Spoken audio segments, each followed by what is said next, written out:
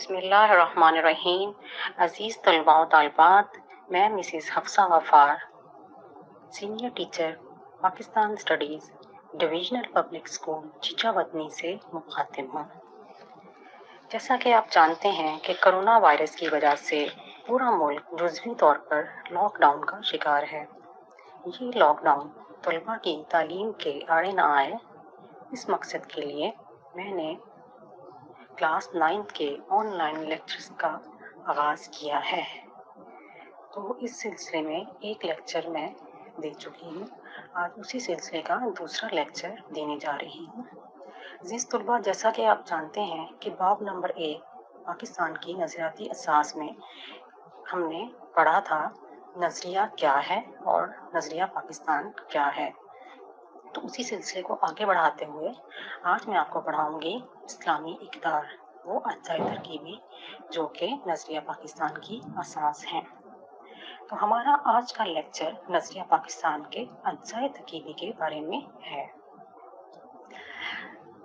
دراصل اسلامی نظریہ ہی نظریہ پاکستان ہے۔ برصغیر کے مسلمانوں نے ایک علیحدہ ریاست اس لیے حاصل کی تاکہ اللہ تعالیٰ کے حتمی اور قطعی اقتدار اعلیٰ کے تصور کو عملی جامہ پہنایا جا سکے، اس ذات عظیم کی برتر اور مطلق قوت کو نافذ کیا جائے اور ایک ایسا نظام رائج ہو جس میں قرآن پاک اور احادیث رسول مقبول صلی اللہ علیہ وآلہ وسلم پر مبنی اصولوں کو اپنایا گیا ہو۔ اسلام محض عبادات اور رسومات کا مجموعہ نہیں بلکہ ایک مکمل ضابطہ حیات ہے۔ Islam is not only a religion, it is a deen. It gives us complete social order of life. تو اسلام ایک مکمل ضابطہ حیات ہے، انسانی زندگی کے تمام تقاضوں کو پورا کرنے کی مکمل صلاحیت رکھتا ہے۔ اس میں معاشرت، معیشت، اخلاقیات اور سیاسیات کے تمام مقاصد کو پورا کرنے کی صلاحیت موجود ہے۔ نظریہ پاکستان اسلامی نظریہ حیات پر مبنی ہے۔ عقائد و عبادات، عدل و انصاف، مساوات، جمہوریت کا فروغ، اخوت و بھائی چارہ اور شہریوں کے حقوق و فرائض جیسی اسلامی اقدار نظریہ پاکستان کی اساس ہیں۔ یہ تو ایک جنرل سا تعارف تھا۔ اب ہم باقاعدہ دیکھتے ہیں کہ اس کے اجزائے ترکیبی تفصیلاً ان کے بارے میں پڑھتے ہیں۔ تو سب سے پہلے تو ہم آپ کی کتاب میں جو 5 عنوانات دیے ہیں اسلامی نظریہ پاکستان کی اساس کے بارے میں، تو اس میں سب سے پہلا پوائنٹ ہے عقائد و عبادات، اس کے بعد جمہوری اقدار و فروغ، معاشرتی انصاف، اخوت و بھائی چارہ اور شہریوں کے حقوق و فرائض۔ ان 5 ٹاپکس کو ہم ایک ایک کر کے پڑھیں گے۔ تو سب سے پہلے ہے عقائد و عبادات۔ پاکستان کے قیام کا مطالبہ کیا گیا تو اس کے پس منظر میں یہ سوچ بھی کار فرما تھی کہ مسلمان اپنے عقائد کے مطابق زندگی گزاریں۔ تو یہ عقائد کون کون سے تھے؟ ان عقائد میں سب سے پہلے ہے توحید اللہ کے بارے میں کہ اللہ واحد و یکتا ہے، نہ اس کا کوئی باپ ہے نہ وہ کسی کا بیٹا ہے، وہ واحد و یکتا ذات ہے۔ وہ اللہ اپنی ذات میں ایک، صفات میں ایک اور صفات کے تقاضوں میں ایک ہے۔ اس کے بعد ہے جی رسالت سے مراد ہوا کہ نبی پاک صلی اللہ علیہ وآلہ وسلم اللہ کے آخری نبی ہیں۔ ان کے بعد کسی بھی شکل میں، کسی بھی صورت میں کوئی نبی آیا نہ آئے گا، اور اگر کوئی ایسا دعویٰ کرتا ہے یا ایسا سوچتا ہے تو وہ دائرہ اسلام سے خارج ہے، جیسے کہ یہ احمدی اور قادیانی۔ اس کے بعد آ جاتا ہے یوم آخرت۔ آخر ایک دن ہمیں اللہ کے حضور پیش ہونا ہے۔ سب انسانوں نے اپنا وقت گزار کے اس دنیا سے چلے جانا ہے۔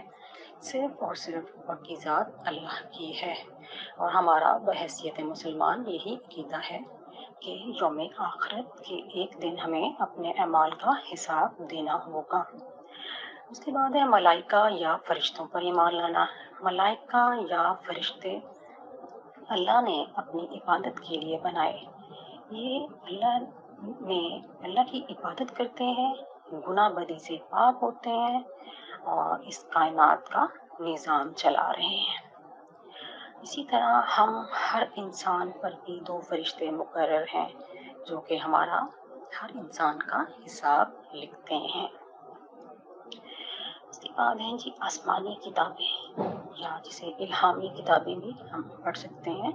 تو الہامی کتابیں، آسمانی کتابوں پر ایمان لانا بھی ہمارے ایمان کا تقاضا ہے۔ ہم سے پہلے 1 لاکھ یعنی نبی اکرم صلی اللہ علیہ وآلہ وسلم سے پہلے 1,24,000 انبیاء گزرے ہیں، اور نبی اکرم صلی اللہ علیہ وآلہ وسلم کے بعد آ کے نبوت کی یہ ختم ہو گیا سلسلہ۔ تو ہمارا اس چیز پہ ایمان ہے کہ پہلے انبیاء گزرے ہیں، ان پر جو کتابیں نازل ہوئیں، جو الہامی کتابیں نازل ہوئیں، ہمارا ان پر بھی یقین ہے۔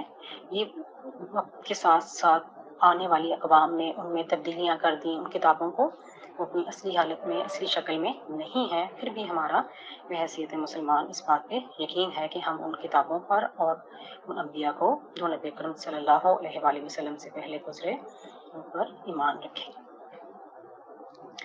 اس کے بعد دوسرا رکن اسلام کا ہے نماز۔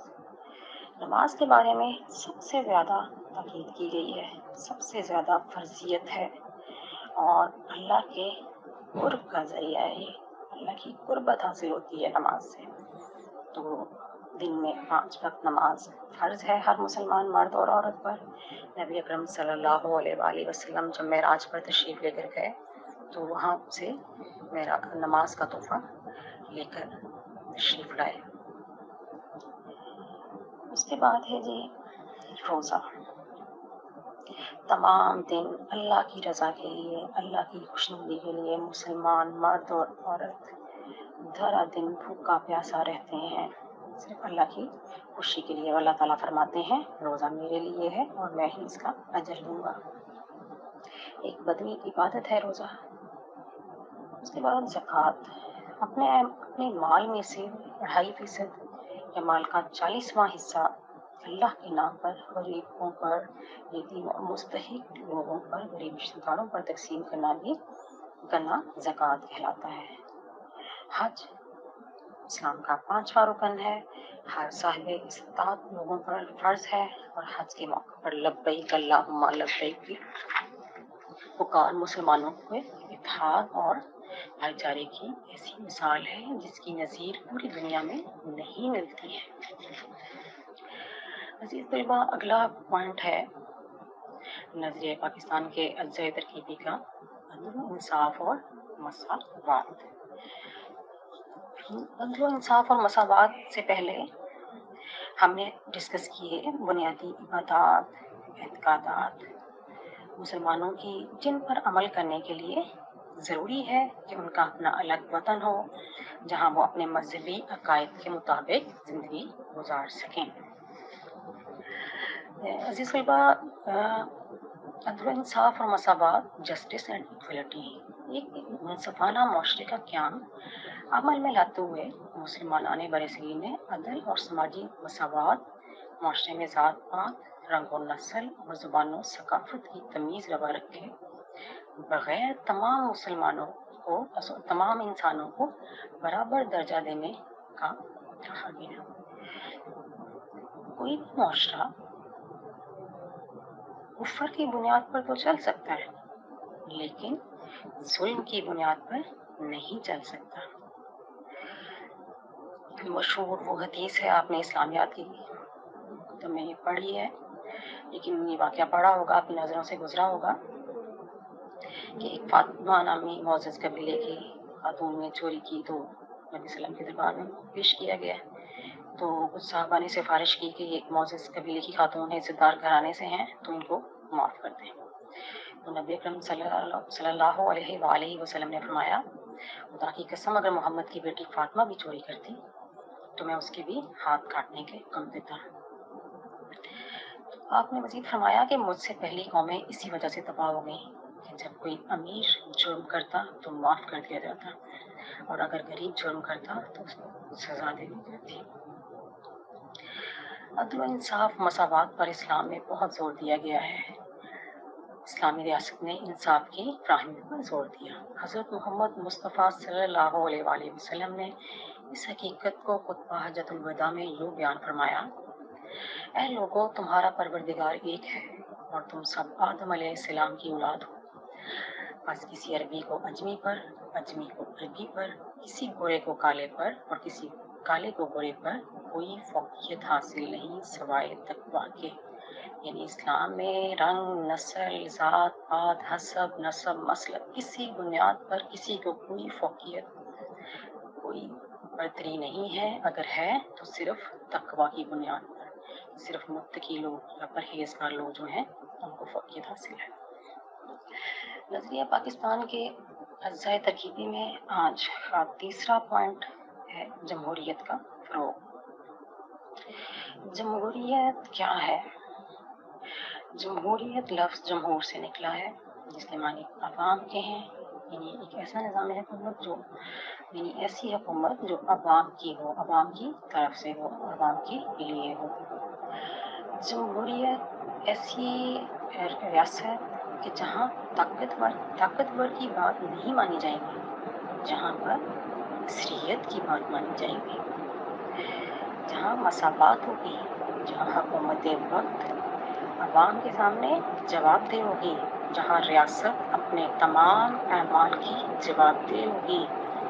خلفائے راشدین کے دور کی بہت سی مثالیں آپ کے سامنے ہیں، نبی اکرم صلی اللہ علیہ وآلہ وسلم کے دور کی بہت سی مثالیں آپ کے سامنے ہیں۔ حضرت عمر فاروق کے بارے میں اردو کی کتاب میں 12ویں کلاس میں بھی پہلا سبق بھی حضرت عمر فاروق ثانی کے بارے میں ہے۔ آپ اس کے بارے میں بہت زیادہ آپ کو اس کی مثالیں مل سکتی ہیں، مطالعہ کریں اسلامیات کا۔ تو یہ کہ جمہوریت میں جو ریاست کا حکمران ہوتا ہے وہ ریاست کا خادم ہوتا ہے، وہ اپنے تمام اعمال کا جواب دہ ہوتا ہے، اور عوام کسی وقت بھی اس سے سوال کر سکتے ہیں، پوچھ سکتے ہیں کہ اور یہ حکمران کی ذمہ داری ہے کہ وہ ان کا تقاضا پورا کرے۔ اور یہ اسی صورت میں ہی ممکن ہے یہ چیزیں کہ جب مسلمانوں کی اپنی ایک الگ ریاست ہوگی۔ اگلا پوائنٹ ہے جی اخوت و بھائی چارہ۔